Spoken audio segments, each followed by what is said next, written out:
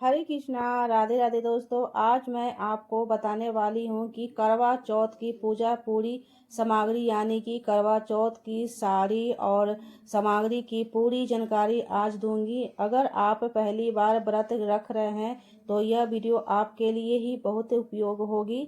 तो चलिए शुरू करते हैं। माँ करवा की पूजा के लिए क्या क्या सामग्री चाहिए होता है। पूजा सामग्री को विस्तार से बताने वाली हूँ, स्टेप बाय स्टेप समझिएगा कि कैसे सामग्री होनी चाहिए। करवा चौथ की सामग्री दिखाने से पहले एक बात बता दूं कि आपको जिस दिन आपकी व्रत रहेगी एक दिन पहले मेहंदी लगा लीजिएगा। इस तरह से मेहंदी लगानी होती है और पैर में आलता जरूर लगाइएगा, बिछिया पहनिएगा और पायल जरूर पहनिएगा, माथे की टिकिया पहनिएगा और नथिया जरूर पहनिएगा। तो इस तरह से श्रृंगार आपको कर लेनी है। और जो शादी की चुन्नी रहती है उसे भी आपको सर पर ओढ़ कर ही पूजा की जाती है। तो इस तरह से हाथ में ना, दोनों हाथ में खूब सारा चूड़ी पहनिएगा। तो सुंदर सुंदर चूड़ी पहनकर ही पूजा करते हैं, हाथ में मेहंदी रचाकर ही पूजन करते हैं। चलिए करवा चौथ की पूजा सामग्री स्टेप बाय स्टेप दिखाते हैं कि करवा चौथ में जो महिला, जो बहन बेटी है वो पहली बार करवा चौथ करने जा रहे हैं तो ये वीडियो देखकर सारे सामग्री इकट्ठा कर लीजिएगा। व्रत से एक दिन पहले सारे सामग्री पूजा की इकट्ठा की जाती है ताकि व्रत के दिन कोई भी छूट न जाए। तो इस तरह से हम शादी वाले चुन्नी ले लेंगे, शादी के जो आपके लहंगे होते हैं, साड़ी होते हैं, उसे भी पहनकर आप पूजन कर सकते हैं। चौकी ले लेंगे पूजन करने के लिए। चौकी पर बिछाने के लिए आसन रख लेंगे, लाल गुलाबी पीला कोई भी चलेगा। तो यहाँ करवा लेनी है दो। तो करवा मेरे पास है, एक मिट्टी के एक पीतल के है। तो मैं ये जो पीतल के हैं मैं इसी में जल भरती हूँ। अगर पीतल के नहीं है तो दो मिट्टी के लेकर आइएगा। पीतल के है तो हर साल इसी में कर सकते हैं, नहीं तो आप मिट्टी के दो लेकर आ सकते हैं। अगर अकेले पूजा कर रहे हैं तो आपको दो करवे लेकर आनी होती है। अगर सखी सहेली के साथ कर रहे हैं तो आप एक करवा से ही पूजा कर सकते हैं। उसके बाद कैलेंडर या फोटो लेकर आ सकते हैं पूजन करने के लिए। अगर कैलेंडर लाते हैं तो आपको हर साल लानी पड़ती है। फोटो लेते हैं तो इसी फोटो से हर साल पूजन कर सकते हैं, इसलिए फोटो लेकर ही आइएगा। करवा माता की कथा सुनने के लिए, पढ़ने के लिए किताब आती है तो इस तरह के पुस्तक ले लेंगे कथा पढ़ने के लिए।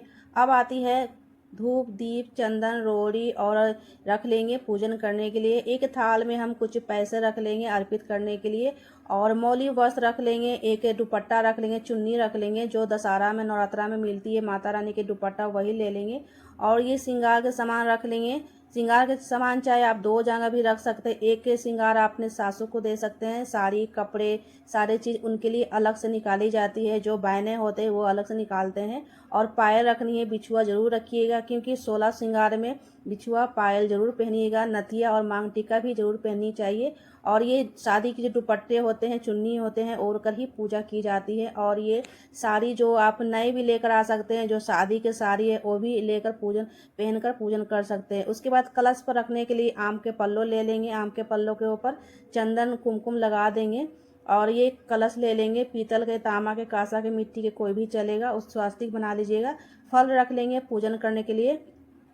चलनी रख लेंगे, पुरानी चलनी नहीं रखनी है, जो घर में यूज करते हैं किचन में वो नहीं लेनी है, नए चलनी लेकर आनी है क्योंकि चलनी में ही चंद्रमा को देखी जाती है, फिर पति को देखी जाती है, पूजन की जाती है।